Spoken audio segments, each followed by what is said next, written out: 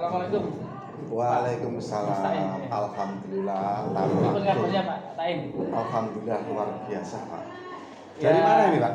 Dari SMP 1 Bronton Pak Tain. Oh, Ya. gitu. Gini Pak Tain ya, sebagaimana apa yang kemarin saya telepon Bapak bahwasanya saya minta waktu sejenak untuk menanyakan beberapa informasi khususnya yang terjadi di lembaga Bapak. Jadi kebetulan Pak Tain saya punya tugas di modul 3.1 ini yaitu kepemimpinan dalam pembelajaran. Guru penggerak ya? Sama penggerak ya? Sama begitu Pak Tain. Ya mungkin bisa kita mulai Pak Tain. Ya silakan. Ya baik Pak Tain ya. Di sini ada beberapa hal yang perlu saya tanyakan kepada Bapak. Yang pertama, bagaimana Bapak bisa mengidentifikasi beberapa kasus diantaranya yaitu dilema etika dan rujukan moral yang terjadi di lembaga Bapak. Memang kasus dilema itu kadang mempengaruhi kinerja kita, di mana ada dua problem yang sama-sama harus kita selesaikan. Ya, ada kepentingan yang kadang kepentingannya itu intinya ya sama, ya. Tapi di antara itu ada beberapa unsur di mana beberapa guru juga memiliki ide, memiliki anggapan asumsi-asumsi yang berbeda, dan itu biar tidak terjadi dilema, tidak menjadi suatu persoalan yang bisa mengganggu kinerja di sekolah itu, maka perlu kita minimalisir. Salah satunya adalah dengan konfirmasi atau tabayun di antara dua kepentingan atau di antara beberapa guru yang memiliki asumsi itu, sehingga dilema itu bisa terselesaikan dengan baik. Baik Pak Tain ya. Lalu kira-kira bagaimana ya ketika Bapak menjalankan suatu pengambilan keputusan di sekolah Bapak, tentunya kasus ini ada dan secara bersamaan itu diantaranya adalah sama-sama benar atau sama-sama mengandung nilai kebajikan. Ini apa yang Bapak lakukan? Kita harus melakukan koordinasi dan konfirmasi di antara dua kepentingan tersebut dengan berbagai pertimbangan, mana yang lebih baik dan mana yang lebih bisa membawa nilai di antara lembaga kita. Stakeholder, intinya semua komponen itu kita gali sehingga konflik internal tidak akan muncul, bisa teredam dengan adanya koordinasi dan konfirmasi di antara beberapa stakeholder yang ada di sini. Ya, terima kasih Bapak. Mungkin saya insya Allah memahami dari penjelasan yang Bapak sampaikan. Lalu tentu dalam mengambil suatu keputusan mungkin ada beberapa prosedur Pak, atau langkah-langkah. Nah, ini di dalam pengambilan suatu keputusan itu kira-kira prosedur seperti apa yang biasa Bapak lakukan selama ini? Ya, pertama yaitu kalau dalam sebuah kepanikan itu kan ada yang namanya job description-nya. Ya. Nah, dari job description itulah kita ambil, kita pilah di mana wilayahnya itu masing-masing. Kalau seandainya terjadi over, maka kita panggil, kita konfirmasi, kita dudukkan. Kalau bisa kita buat kerjasama, kolaborasi di antara panitia itu sehingga akan berjalan dengan mulus sesuai dengan rencana yang kita galang. Ya. Lalu kira-kira hal-hal apa Pak yang menurut Bapak anggap efektif dalam mengambil suatu keputusan, khususnya kasus dilema etika? Untuk pengambilan kasus ini, hal yang efektifnya adalah senantiasa menjalin hubungan di antara guru, kepala sekolah, atau komponen-komponen yang ada di lingkungan sekolah tersebut, sehingga informasi yang negatif bisa diminimalisir kita buat lembaga ini sebagai lembaga yang transparan, komunikatif, sehingga apa yang bergejolak tidak sampai terdengar di luar. Itu yang biasanya kami lakukan. Apakah Bapak juga memiliki jadwal atau semacam schedule lah begitu terhadap penyelesaian kasus Pak di 5 etika? Apakah kasus tersebut langsung Bapak selesaikan di tempat atau Bapak memiliki schedule untuk menyelesaikan di lain hari? Lalu kira-kira prosedur seperti apa ya yang Bapak akan ambil untuk mengambil suatu keputusan itu? Nah, kita lihat-lihat dulu seberapa kasusnya itu. Kalau kasus itu memang mudah dan bisa diselesaikan saat itu, ya kita selesaikan saat itu juga. Kalau kasus itu tidak melibatkan semua orang banyak. Tapi kalau kasusnya itu memang membutuhkan, maka kita harus membuat perencanaan, mengkonfirmasi terhadap yang bermasalah, kapan kita bisa menyelesaikan itu dengan membuat rancangan, jadwal, dan menghubungi siapa-siapa yang terlibat agar kasus itu bisa terkendali dan bisa terselesaikan dengan baik. Lalu kira-kira siapa saja Pak ya yang terlibat dalam pengambilan keputusan yang Bapak sering libatkan dalam kasus di 5 etika itu? Ya, yang paling saya butuhkan itu di mana di SD ini adalah wali kelas. Wali kelas itu mempunyai peran yang sangat aktif di mana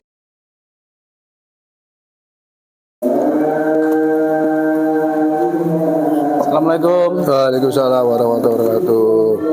Selamat siang Bapak. Selamat siang. Mohon maaf atas waktunya dan terima kasih atas waktu yang diberikan. Sebagaimana hari kemarin saya minta Bapak waktunya sebentar untuk ngobrol atau sedikit meminta informasi Pak. Terkait dengan suatu kondisi dan kebijakan sekolah yang ada. Kebetulan ada beberapa hal Pak yang perlu saya tanyakan terkait dengan kasus-kasus yang sering terjadi baik di lembaga SMP ini ataupun yang mungkin Bapak pernah alami di lembaga lain. Tapi yang jelas di sini yang perlu saya tanyakan Pak, yang pertama adalah tentang suatu kebijakan di mana kebijakan itu sering Bapak temui antara dilema dengan bujukan moral Pak. Itu kira-kira menurut Bapak seperti apa ya? Oh ya, terima kasih Pak Imam selaku guru penggerak dan calon kepala sekolah. Yang jelas yang saya tahu tentang etika moral itu atau yang disebut bujukan moral atau dilema etika. Yang dilema etika itu adalah kasus di mana kasus itu yang muncul kemudian dua-dua permasalahan ini hampir punya nilai yang sama baiknya. Kemudian yang bujukan moral biasanya ada kasus yang situ kadang-kadang kita juga memang dilema juga karena itu ada benar ada yang salah. Itu yang saya ketahui tentang kasus-kasus yang muncul dua hal tadi itu antara etika dilema etika dengan bujukan moral. Itu yang saya ketahui. Ya. Terus begini Bapak, kira-kira bagaimana ya Bapak mengambil suatu keputusan di mana Bapak menemukan ya ada dua kepentingan yang sama atau kepentingan tersebut adalah sama-sama mengandung nilai kebajikan Pak antara dilema etika dengan kebujukan moral itu. Bapak, alhamdulillah di sekolah kami setiap ada kasus yang di sana ada dua permasalahan yang punya nilai sama, bahkan nilai itu kebaikan, maka tentu kami akan melihat bentuk kasusnya. Kemudian yang selanjutnya kami mencoba mengidentifikasi kasus itu terkait dengan apa. Kemudian kami mencari solusi, berkomunikasi, berkoordinasi terutama dengan stakeholder yang ada di sekolah. terutama lagi dengan wakil kepala sekolah saya, dengan KAUR dan seluruh elemen yang menurut saya bisa mampu menyelesaikan kasus itu dan tidak timbul masalah baru. Itu yang kami lakukan. Ya baik, terima kasih Bapak atas penjelasannya. Lalu kira-kira hal-hal apa ya yang menurut Bapak dianggap efektif dalam mengambil keputusan terkait dengan dilema etika itu, Bapak? Yang selama ini kami lakukan, yang efektif itu tentu kami mendudukkan orang atau yang punya kasus itu. Setelah itu kami mengagendakan kasus-kasus itu, kemudian pada satu saat nanti kami akan menyelesaikan kasus itu dengan melibatkan orang-orang tertentu yang saya katakan di awal tadi itu, terutama pada stakeholder. Yang paling utama adalah orang-orang yang ada di sekeliling kami, terutama dengan wakil kepala sekolah, kemudian dengan urusan-urusan, sehingga kasus nanti harus diselesaikan dengan baik, harus smooth dan tidak ada masalah yang muncul. Walaupun kami menyadari bahwa ketika kami membuat keputusan akhir itu pasti tidak mampu memuaskan kedua belah pihak. Baik, terima kasih Bapak. Kemudian tentu setelah apa yang tadi Bapak lakukan, tentu dalam pengambilan suatu keputusan mungkin Bapak menemui beberapa suatu hambatan, Pak. Nah, ini kira-kira hambatan apa yang Bapak temui ketika pengambilan keputusan dilema etika itu, Bapak? Pertama, hambatan yang muncul pada sekolah kami ketika itu kami harus mengambil keputusan, kami khawatir, walaupun nanti ternyata tidak terbukti, kami khawatir ada yang merasa kecewa sehingga nanti tidak mendukung kegiatan kami. Yang kedua, ketika itu saya lakukan, ternyata memang betul bahwa namanya orang ketika ada yang merasa kurang pas, maka itu pasti ada dalam benak mereka kurang sreg itu. Tetapi selaku pimpinan kami selalu berkoordinasi, selalu berkomunikasi agar permasalahan yang tadi sedikit muncul tadi itu tidak terulang kembali. Itu. Baik, terima kasih Bapak. Lalu di dalam menyelesaikan suatu permasalahan, mungkin tadi yang sudah Bapak sampaikan, Bapak mengalami beberapa hambatan. Lalu kira-kira apakah ketika Bapak menemukan atau menemui suatu hambatan, apakah hambatan itu bisa langsung Bapak selesaikan seketika itu, atau Bapak membuat schedule atau timing yang tepat ataupun langkah-langkah yang tepat untuk mengambil suatu keputusan terhadap tantangan yang Bapak temui itu? Terima kasih Pak, mohon penjelasannya. Yang jelas setiap ada permasalahan, baik itu yang berkaitan dengan etika mana sih Pak? Dilema etika maupun bujukan moral ya. Selalu kami identifikasi dulu, kami agendakan dulu, kemudian pada waktu yang tepat, pada saat yang pas, di situasi yang pas, kami akan mengundang beberapa orang yang menurut kami punya kompeten untuk mampu menyelesaikan permasalahan yang muncul tadi itu, sekaligus mendudukkan, mengundang orang-orang yang punya kegiatan atau punya masalah yang muncul di baik di etika atau maupun di bujukan moral tadi itu. Baik Bapak, jadi menurut saya tadi apa yang Bapak sampaikan dalam menyelesaikan suatu hambatan yang ada, bagaimana yang Bapak sudah sampaikan kepada saya. Lalu kira-kira siapa saja Bapak yang terlibat, misalkan nanti dalam pengambilan suatu keputusan itu seseorang yang terlibat sebagaimana yang tadi Bapak sampaikan, ada wakil kepala sekolah atau mungkin stakeholder yang lain. Nah, ini kira-kira yang paling sering membantu Bapak dalam menyelesaikan suatu hambatan itu siapa ya? Yang pertama saya harus melihat dulu kasus yang muncul dulu. Kalau kasus muncul itu yang berkaitan dengan kesiswaan, siswa, tentu kami melibatkan kesiswaan, wakil kepala sekolah dan urusan kesiswaan, dan tentu tidak ketinggalan bagi Bapak Ibu guru atau wali kelas yang punya kompeten dalam hal itu. Jadi kami menyelesaikan itu tergantung kasus yang muncul Pak, tergantung nanti kasusnya. Dan siapa yang terlibat, saya tidak akan pernah meninggalkan wakil kepala sekolah. Ya, terima kasih Bapak.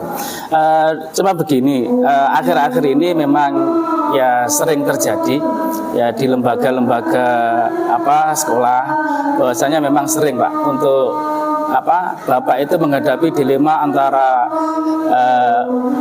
kebijakan dilema etika ataupun bujukan moral. Nah, ini bagaimana kiat Bapak atau upaya Bapak dalam ketika menemukan atau menjumpai dilema etika dengan bujukan moral, karena mungkin ada beberapa kasus Bapak ya, mungkin salah satunya yang sering terjadi di dalam sekolah itu ada beberapa kerjasama dengan lembaga lain, misalkan mungkin dalam penerbit buku atau sebagainya. Nah, ini sering sekali Bapak terjadi antara dilema etika dengan bujukan moral. Lalu pertanyaan saya, bagaimana langkah Bapak atau upaya Bapak untuk mengantisipasi bujukan moral ini?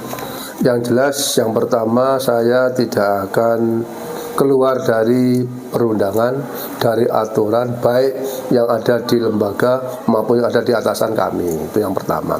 Yang kedua, selalu kami berkomunikasi dengan seluruh GTK yang ada di sekolah untuk menyelesaikan permasalahan. Yang terpenting adalah solusinya adalah jangan sampai ada, ketika kita bahas solusi itu jangan sampai ada menimbulkan masalah baru yang lebih besar. Tentu kita harus meminimalisir seluruh permasalahan agar bisa terselesaikan pada saat yang sudah kita agendakan, kita jadwalkan itu. Oh ya Bapak, terima kasih atas waktu yang diberikan. Mudah-mudahan pertemuan kita kali ini membuahkan suatu kesimpulan yang baik tentang kita sama-sama memahami antara dilema etika dengan bujukan moral itu. Dan mudah-mudahan kita sama-sama untuk bisa konsisten di dalam menyikapi antara etika dilema etika dengan bujukan moral. Terima kasih Bapak atas waktunya dan terima kasih. Selamat siang. Sukses, semoga menjadi guru terbaik dan kepala sekolah di masa yang akan datang. Assalamualaikum warahmatullahi wabarakatuh. Waalaikumsalam warahmatullahi wabarakatuh.